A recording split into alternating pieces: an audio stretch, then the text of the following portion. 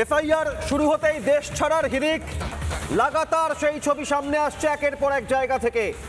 FIR, special intensive revision, voter তালিকার সংশোধন, আর এবার অনুপ্রবেশকারীরা ছাড়ছেন দেশ। উত্তর 24 পরগনার স্বরূপনগরের হাকিমপুর চেকপোস্টে ভিড়। চেকপোস্টের সামনে অপেক্ষায় বাংলাদেশিরা। নেই কোনো বৈধ কাগজপত্র। 2 বছর, 4 বছর, 5 বছর আগে ভারতে প্রবেশ করেছে, একের পর এক জায়গায় তারা ডেরা গেড়ে বসেছিল। আর এবার এফআইআর শুরু হতেই বাংলাদেশিদের, অনুপ্রবেশকারীদের দেশ ছাড়ার হিড়িক। এ ছবি উত্তর 24 পরগনার স্বরূপনগরের হাকিমপুর চেকপোস্টের। দালালকে টাকা দিয়ে অনুপ্রবেশ। বাংলাদেশিরা, অনুপ্রবেশকারীরা নিজেরাই জানাচ্ছে, দালালকে টাকা দিয়ে এ দেশে ঢুকেছে তারা, থেকেছে বছরের পর বছর, কাজ করেছে এদেশে, আর এ দেশের নাগরিকদের কাজ কেড়েছে তারা। তার কারণ বাংলাদেশ থেকে শয়ে শয়ে, হাজার হাজার এই অনুপ্রবেশকারী এ বাংলায় প্রবেশ করেছে দালাল মারফত, টাকার বিনিময়ে। কত দিকে কি হবে দাদা, বাড়ি যাচ্ছি, বাড়ি যাচ্ছি। বাড়িটা কোথায়? বাড়ি বলে তো দিলাম, আর শুনুন, খুলনায় বাড়ি। আর কোথায় বাড়ি দাদা? খুলনায় বাড়ি। আর কোথায়? এখানে আপনার ভোটার কার্ড, আধার কার্ড এগুলো আর রয়েছে? না না, এখন বাড়ি চলে যাচ্ছেন, তাই তো? কেন যাচ্ছে? এখানে কাগজের সমস্যা হচ্ছে বলে, তাই কি এখন থাকতে দেবে না, এনআরসি না কি হচ্ছে এটা, এসআইআর এর জন্য। বাংলাদেশের পরিচয়পত্র আছে, দেখাবেন একটু? এখানে নেই, আমি যখন লাগবে আমি তখন দেখা দেবো। আচ্ছা, এখানে কি পরিবার নিয়ে থাকতো? হ্যাঁ, এরা বাচ্চা টাচ্চা সবাই আছে। হ্যাঁ, কারো মাধ্যমে এসেছিলেন? হ্যাঁ, ওই ভাটার ঠিকাদার যারা, তারা নিয়ে আসছিল ভাটায় কাজ করানোর জন্য। আপনারা তো টাকা দিয়েছিলেন? দিয়েছিলাম, ওই 2000 না 3000 করে নিয়েছিল। মানে এখানে কত বছর থেকে আছেন ভারতে? বললাম তো 4 বছর, 4.5 বছর। কোথায় ছিলেন? কলকাতা। আপনাদের কাছে ভোটার কার্ড, আধার কার্ড এগুলো আছে? বাংলাদেশের পরিচয়পত্র আছে? হ্যাঁ, বাংলাদেশ। শুধু আসছিলাম একটু ওই চিকিৎসা হওয়ার জন্য। মেন উদ্দেশ্য আমার ওয়াইফের খুব সমস্যা, তারপরেও সেই আবার ফেরে এই যা অবস্থা হয়েছে, তো এমনি তো থাকতে পারবো না, থাকতে দিচ্ছে না, সেই হিসেবে আমরা চলে যাচ্ছি। কেন থাকতে দিচ্ছে না? এই যে আমাদের কোনো কাঠ ফাট কিছু নিয়ে আমরা। এফআইআর বাংলায় চালু হতেই বাংলা ছাড়ার হিড়িক, এদেশ ছাড়ার হিড়িক অনুপ্রবেশকারীদের, বাংলাদেশিদের।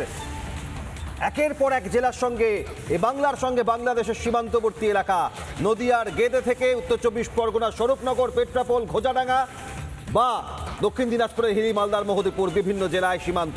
আর উত্তর 24 পরগনার স্বরূপনগরের হাকিমপুর চেকপোস্টের এই ছবি আপনারা দেখছেন। আরও বিস্তারিত সরাসরি চলে যাব ইন্দ্রাশিস সহকর্মীর কাছে। ইন্দ্রাশিস, লাগাতার রিপাবলিক বাংলায় কথাই দেখিয়ে আসছে, এই ছবি দেখিয়ে আসছে যে অনুপ্রবেশকারীরা কিভাবে হাজার হাজার, শয়ে শয়ে এদেশে ছিল আর এবার পালাচ্ছে। হাকিমপুর চেকপোস্টের আজকের কি ছবি?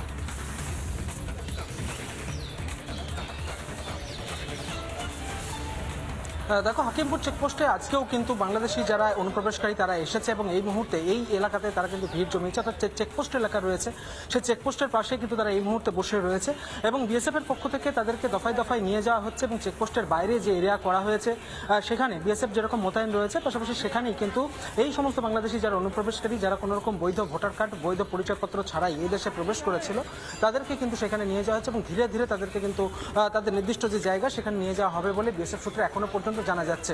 তবে গতকালকে যে ছবি ছিল, আজকে সেই ছবির কিন্তু কিছুটা পরিবর্তন কিন্তু চোখে পড়ছে না। এই মুহূর্তে আমরা দেখতে পাচ্ছি ভিডিও জার্নালিস্ট সঞ্জয় নায়া যে ছবি তুলে ধরছেন, আমরা দেখতে পাচ্ছি এখনো পর্যন্ত চেকপোস্টের বাইরে অনেক বাংলাদেশি তারা কিন্তু এখানে রয়েছে। তাদের একাংশ তারা যেটা বলছে, তাদের নিজেদের কিছু কাজ ছিল, সেই কাজের জন্য কিন্তু তারা এখানে চলে এসেছে, এবং তবে তাদের মধ্যে কিন্তু কোনো রকম বৈধ কাগজপত্র বা বৈধ নথি কিছুই কিন্তু নেই তাদের মধ্যে, তাদের কাছে, এবং তাদের কাছে যে বৈধ পরিচয়পত্র কিছু নেই। পাশাপাশি যেটা দেখা যাচ্ছে যে তাদের মূলত যেটা অভিযোগ করছেন তারা, যে এই দেশে আসার জন্য কাউকে কিন্তু টাকা দিতে হয়েছে, 3 থেকে 4 হাজার টাকা কিন্তু তাদেরকে দিতে হয়েছে বলেই এই বাংলাদেশিরা তারা কিন্তু একবার স্পষ্ট দাবি করছে। আমি সার্বিক ছবি দেখানোর চেষ্টা করব। এইভাবে কিন্তু একটি শেড রয়েছে, সেই শেডের নিচে এই মুহূর্তে তারা বসে রয়েছে, এবং এখান থেকে তাদেরকে পাশেই রয়েছে বিএসএফ এর গার্ড, এবং সেখান থেকে তাদেরকে নিয়ে যাওয়া হবে ধীরে ধীরে।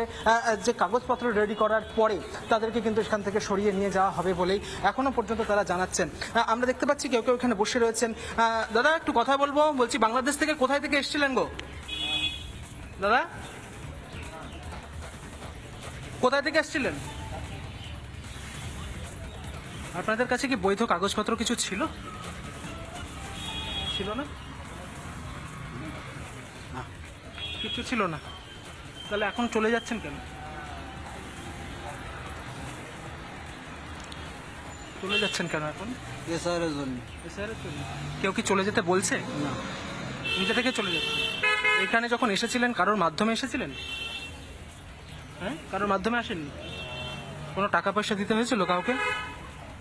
নিজে থেকে এসেছিলেন, তাই তো? কোনো কাজ ছিল? অর্থাৎ যেটা দেখা যাচ্ছে যে অনেকেই কিন্তু এরকম রয়েছেন, বিশেষত মহিলারা যারা রয়েছেন তারা এই মুহূর্তে ক্যামেরার সামনে তারা মুখ দেখাচ্ছে না, তারা অন্যদিকে মুখ ঘুরিয়ে রয়েছেন। এবং এই ছবি কিন্তু আজকে সকাল থেকে এখানে দেখা যাচ্ছে। ছবি উল্টো দিকে বিএসএফ এর যে টহলদারি সেটা তো রয়েছে, পাশাপাশি এইখান যে থেকে ছবি গত কয়েকদিন ধরে ছবি চোখে পড়ছে বিভিন্ন সীমান্তে, মূলত স্বরূপনগরের হাকিমপুর চেকপোস্টের ছবি আপনাদের সামনে দেখালাম। এইভাবেই শয়ে শয়ে প্রত্যেক দিন প্রতিনিয়ত এদেশে যারা অনুপ্রবেশকারী এসে বছরের পর বছর থেকেছে তারা এবার পালাচ্ছে।